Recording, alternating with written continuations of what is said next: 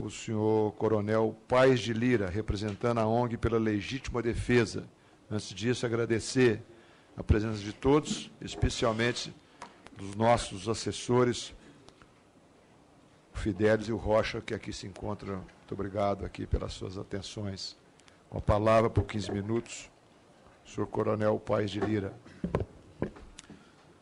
Excelentíssimo senhor deputado Marcos Montes, presidente desta comissão, prazer em revê-lo, prazer em rever outros parlamentares com quem aqui estive nesta casa, na 53ª legislatura. Senhoras e senhores, tempo reduzido, então vamos reduzir também a palestra, mas o que vem lá é exatamente o que sintetiza o pensamento do movimento pela legítima defesa. Claro que passaram-se agora um pouco mais de 10 anos.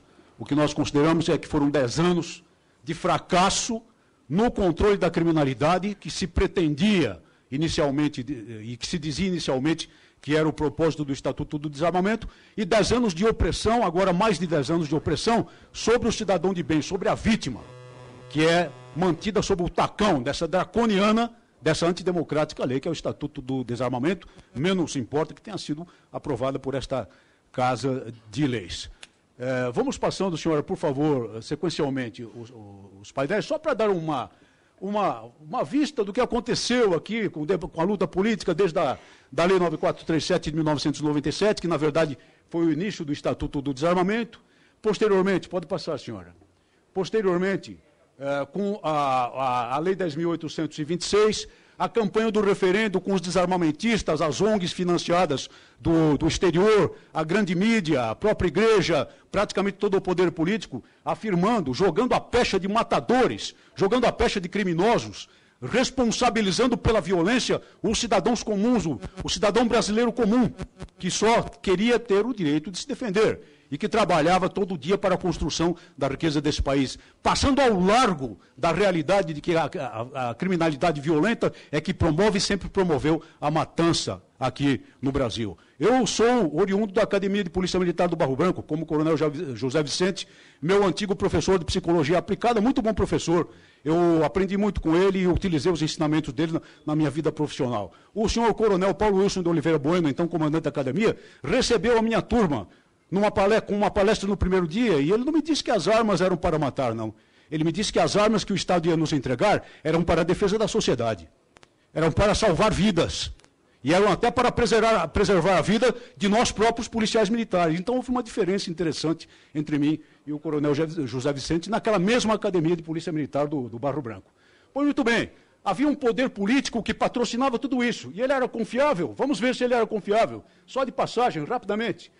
É o mesmo tipo de poder que desarmou os judeus em 1938 na Alemanha. Pode passar, senhora. O mesmo tipo de poder que desarmou os kulaks para depois massacrá-los na União Soviética. Pode passar, senhora. O mesmo tipo de poder representado por um deputado federal que votou favoravelmente ao Estatuto do Desarmamento e depois foi preso por porte ilegal de arma, disse que votou sem saber, não sabia o que tinha votado. Pode passar. O mesmo tipo de poder de um José Dirceu, ministro-chefe da Casa Civil, requisitando instrutor de tiro do Exército. Armas ele queria para ele. Pode passar, por favor, passe. O mesmo tipo de poder de Tarso Genro, ministro da Justiça, que tinha armas de fogo, registradas, é bom que se diga, mas queria desarmar a população. O mesmo tipo de poder de José Sarney, que foi armado à convenção, a convenção que levou posteriormente Tancredo Neves à presidência da República, porque estava com receio dos partidários de Paulo Maluf. Isso é declaração dele no Roda Viva. O mesmo tipo de poder representado pela ONU desarmamentista. Esta é uma estátua que se encontra logo de cara quem chega no pátio da Organização das Nações Unidas para ver que tipo de patrocínio ela faz no mundo contra as pessoas de bem. Pode passar, senhora. E mais, o mesmo poder que eliminava dados de homicídios, o poder representado por um presidente da República que ia a Caracas vender armas, enquanto se tratava de desarmar a população. Pode passar, senhora. O mesmo tipo de poder que ilegalmente manteve e prorrogou uma campanha de desarmamento. Pode passar os dois seguintes. Até por uma medida provisória de última hora. Pode passar, senhor, mais uma. Em plena campanha do referendo. Tudo isso é história. Pode passar, senhora, por favor. Tudo isso é história. e que nós verificamos posteriormente, até em 2007, quando eu e Benê Barbosa, aqui presente, nos infiltramos numa audiência no Ministério da Justiça, supostamente pública, mas era fechada aos desarmamentistas, e infelizmente não perceberam quem éramos nós, para ouvir do secretário executivo do Ministério da Justiça que o povo seria desarmado, não importa o resultado do referendo. Foi isso que nós ouvimos lá. E Benê Barbosa está aqui como testemunha, eu escrevi e assumo a responsabilidade por isso. Pode passar. Agora, vamos ver os argumentos desarmamentistas, então, na atualidade. Passe, senhora, por favor. O argumento, passe um pouco mais adiante, por favor. Muito bem. As armas de fogo matam pessoas. Tem que fechar as indústrias de armas, porque as vidas humanas vão ser salvas. E foi apresentada uma estatística aqui, que nós vamos ver que não tem fundamento algum. Pode passar, senhora. A verdade é que as pessoas matam pessoas, as armas são apenas instrumentos da vontade, que pode ser maligna de uma pessoa, mas quando se trata de um instrumento em boas mãos, em mãos competentes, em mãos sinceras, em mãos que não têm o propósito de causar mal ao seu semelhante, são instrumentos de defesa, como me ensinou o coronel Paulo Wilson no primeiro dia de aula na Academia de Polícia Militar do Barro Branco. Fechar a indústria de armas, foguetes artesanais fabricados pelo crime organizado. Pode passar, senhora.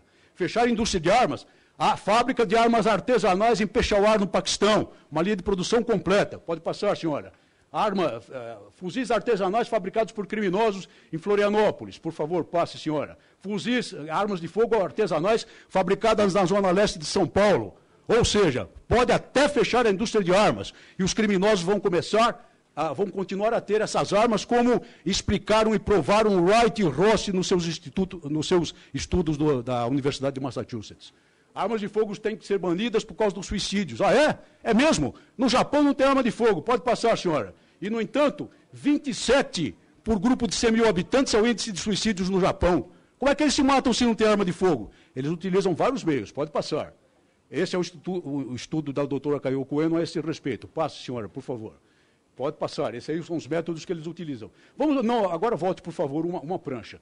Em 2003, qual era o dado comparado para ver se justificava o Estatuto do Desarmamento com relação aos suicídios? No Japão, o índice era de 34,1 por grupo de 100 mil habitantes. Mesmo estudo que eu referi. No Brasil, 4,1. O brasileiro gosta da vida, na verdade, né? Justificava-se? Claro que não. Pode passar. Tem que ser banidas pelos acidentes. Passe, senhora. Horrível cena a seguir. Pode passar. Olha aí a matadora de crianças. A grande matadora de crianças, a piscina doméstica. Mata 100 vezes mais crianças nos Estados Unidos do que os acidentes com arma de fogo. Pode passar. Será que no Brasil era diferente? Não, senhor. Pode passar. Não era diferente. Esse estudo aí, por favor, volte uma. Esses dados são do SUS de 2003, o ano do Estatuto do Desarmamento. Vejam lá em cima quais são as causas da morte de crianças e adolescentes. Vejam lá, por favor, lá em cima. Afogamento. E busquem, por favor, a arma de fogo. Vão buscar, vão buscando, vão passando. Lá embaixo. 47 casos comparados com as dezenas de milhares de casos de afogamentos, sem falar nos acidentes de trânsito. Então vamos proibir piscinas, né? Vamos proibir automóveis, porque eles matam pessoas, como usam aí, como é o argumento do desarmamentista. Pode passar, por favor, senhora. Aí, acidentes de trânsito, não vamos nem falar sobre isso, então, uma chacina completa. Vamos proibir os automóveis. Pode voltar. Aí, muito bem. Agora, aquela questão das rixas interpessoais, né? Esse argumento foi citado aqui pela professora Heloísa, é o argumento talvez mais forte aí dos desarmamentistas. Bom, eu vou mencionar aqui uma declaração da própria representante do Instituto Sou da Paz, a senhora Carolina Ricardo. Está aqui, tudo comprovado, não tem nada chutado aqui. É publicada recentemente na revista Veja, em que ela admite que apenas 8% dos homicídios no Brasil são solucionados, isso é muito horrível, terrível, e depõe contra a qualidade das instituições policiais, e diz que, como são apenas 8% solucionados, não é possível inferir, na verdade, conclusões a respeito das causas dos homicídios. Então, como é que defendem essa afirmação? Pode passar, senhora. A verdade é que há, pelo menos, alguns estudos independentes que mostram que não há correlação. Um deles, que não foi mencionado aqui pelo coronel José Vicente, é do Dr. Peter Hoff, feito em 2005, a mostrar que, nessa ótica da evitação, apenas 4, qualquer coisa por cento é que teriam sido evitados num grupo de casos no Rio de Janeiro, naquela ocasião de 2005, que era a época do referendo. Armas comuns é que matam, as armas dos cidadãos comuns, é aquela história que ouvimos aqui. Vamos ver se é assim mesmo. Pode passar.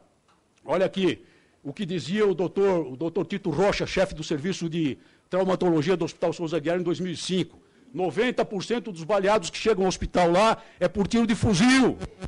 Porque é guerra urbana, porque o bandido está fortemente armado, porque o bandido não compra arma em loja. Pode passar. E o Exército comprovando esse fato lá no Morro do Alemão. Olha o armamento de alto poder de fogo apreendido lá. Pode passar. E é mais a matéria da revista Veja nesse sentido. Passe, por favor. Olha aí as arminhas do Exército do Tráfico aí, ó. De pequeno poder de fogo. Eles compram em loja isso aí. Eles compram em loja. Pode passar. Olha aí as arminhas de baixo poder de fogo do crime organizado estourando a cabeça dos policiais. Pode passar. Há homicídios dolosos praticados contra os instrumentos, mas dizem eles que o número não é significativo e que, além disso, não há possibilidade de matança em massa. Muito bem, vamos ver. Na verdade, no Brasil, 40% dos homicídios são praticados com armas, com instrumentos diversos de armas de fogo, qualquer outro, uma enormidade de instrumentos que não dá para especificar aqui. O mapa da violência que gostam muito de mostrar os desarmamentistas fala de 36%, mas só se esquece de computar 150 mil homicídios não contabilizados em 15 anos. Não foram contabilizados, por acaso, né? E, na verdade, quando nós examinamos esse mapa da violência, nós vamos encontrar 243 páginas de silêncio, e quando encontramos um dado concreto, que é o dado da violência contra a mulher, homicídios contra as mulheres, nós vamos verificar que as armas de fogo são empregadas em 49% dos casos, e mais de metade são outros instrumentos, inclusive o murro, inclusive os socos e pontapés, o próprio corpo humano empregado nessa prática. Quer dizer, adianta, por acaso, qual foi o resultado de desarmar a população? A população foi desarmada. Cadê o resultado em relação à violência contra as mulheres? E o homicídio em massa, só lembrar o caso de Niterói, né? Do Grande Circo Norte-Americano, 503 mortos instantaneamente no local por pisoteamento, asfixia e queimadura, porque um louco colocou fogo na lona do circo. Passe, por favor. Aí não vou nem comentar esse assunto, porque já se tornou ridículo de tão sem fundamento que é. Por favor, pode passar. Pode passar. Pode passar. E vamos ver, pode passar. A questão da violência contra a mulher volta aqui, pode passar, e eu vou lhes mostrar o que é que nós, do Movimento pela Legítima Defesa, pensamos a esse respeito. Pode passar.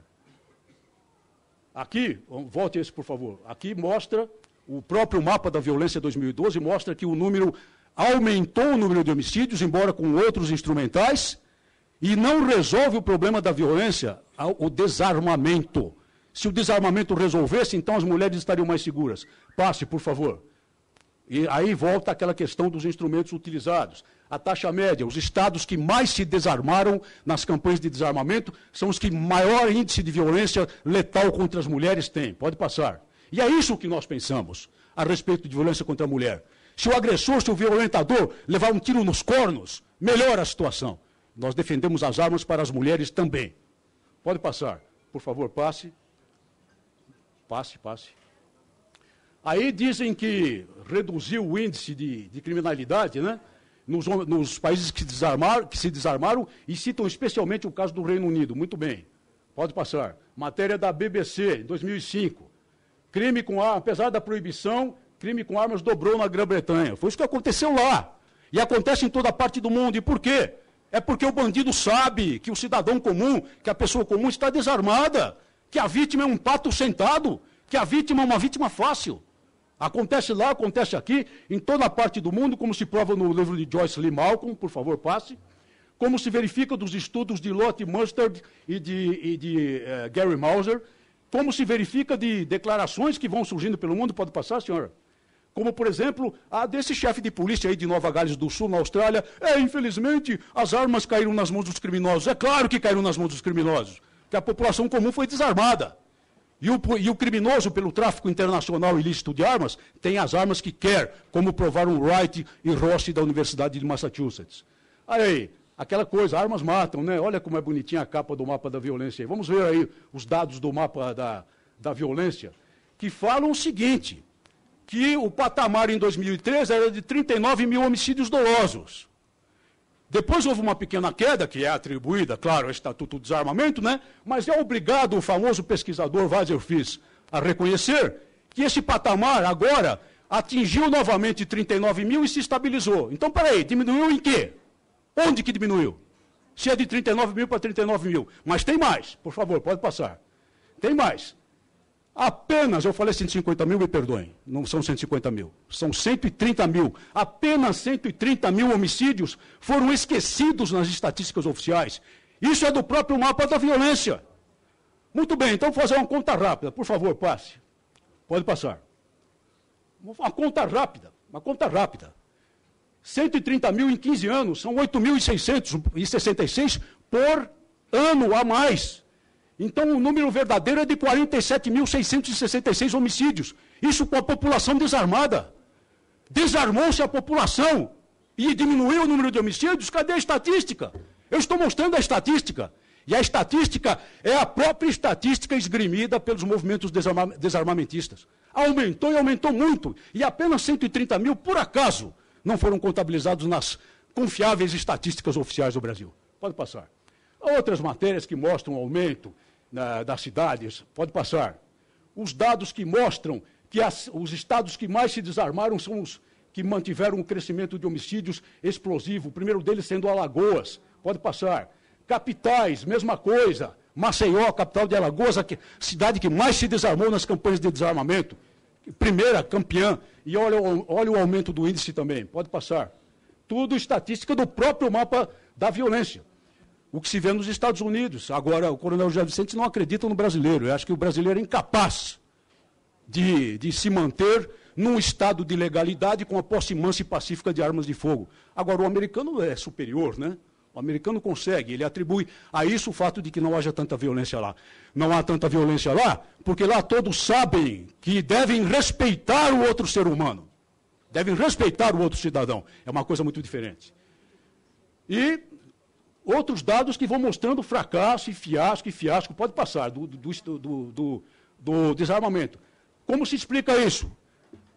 Lott e Mostert já explicaram isso. Nas sociedades armadas, o que acontece é que o bandido sabe, ele mede os riscos, então ele não ele não busca as vítimas que potencialmente estejam defendidas. Ele busca o crime patrimonial não violento, que é mais suportável socialmente. Pode passar, por favor. Eu falo aqui do Estado de São Paulo, do fator trancafiamento, que é extremamente importante, mas não há mais tempo de falar sobre isso. Pode passar, por favor. Pode passar. Gente na cadeia resolve o problema também. Infratores, delinquentes na cadeia resolvem muito o problema, como acontece no Estado de São Paulo. E mais, eu não vou nem falar mais sobre isso, porque o doutor Adilson Dallari simplesmente deu uma aula aqui de direito constitucional a esse respeito. Não vou nem perder tempo nisso, exceto mostrando alguns casos em que dizem aí que o cidadão sempre se sai mal, né? Por favor, pode passar. O cidadão de bem sempre pode passar. Passe, por favor.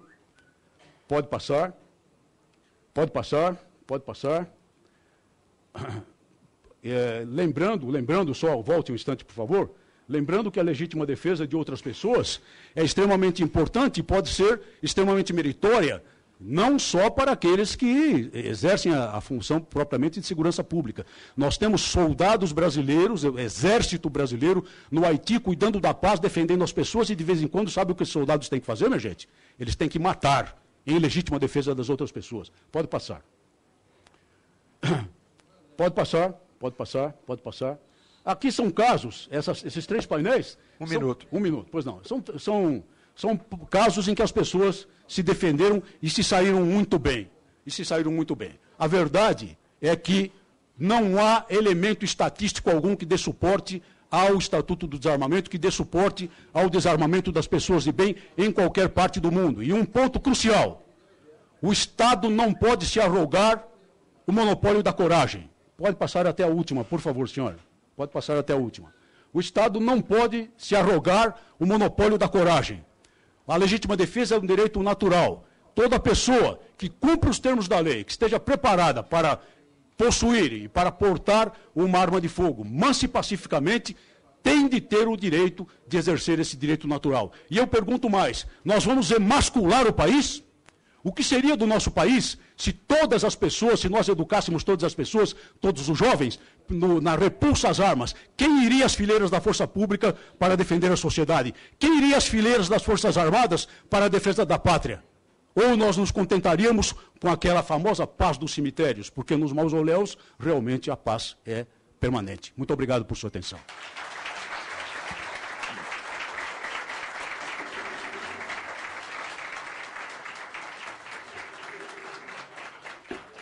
Agradecemos o coronel Paes de Lira e convidamos já para fazer a sua exposição o senhor Bruno Langiani, por 15 minutos. Aproveito para agradecer a presença do Pedro Bueno, do Sindicato das Guardas Municipais do Estado de Minas Gerais, o meu estado natal. Prazer em recebê-lo.